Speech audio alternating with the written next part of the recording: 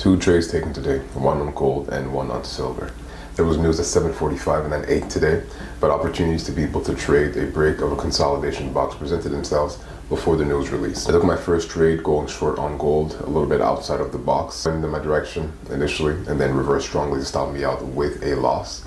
At that point, I decided to switch my eyes over to silver. Like gold did, it made it seem initially like it was going to be going short, but then reversed. The first position that I got went into profit, and I was able to actually bring it to break even until it got to the high of that box and looked like it was going past it.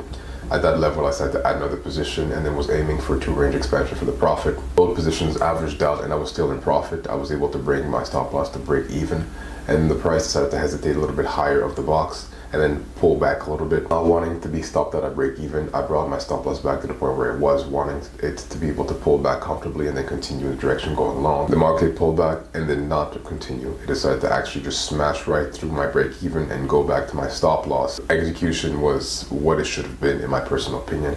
There were 2 mistakes I can potentially say that I made. The first one was potentially trading before the news release. At the time that I took my first trade, I still believed that there was enough time for me to get a trade and potentially closing profits before the news was released. The second mistake that I made was to bring my stop loss potentially back down to where it was initially instead of maybe slightly below my break-even point. I really didn't want to be stopped at break-even for the trade to then continue going long. Overall, I don't think that I executed my plan in a way that was bad. I did not trade in fear. I did not do anything that was outside of my plan. Just ends up that for 2 days in a row, the price just would not agree with my initial thesis, but sometimes that happens. Thank you guys for watching. I'll see you tomorrow.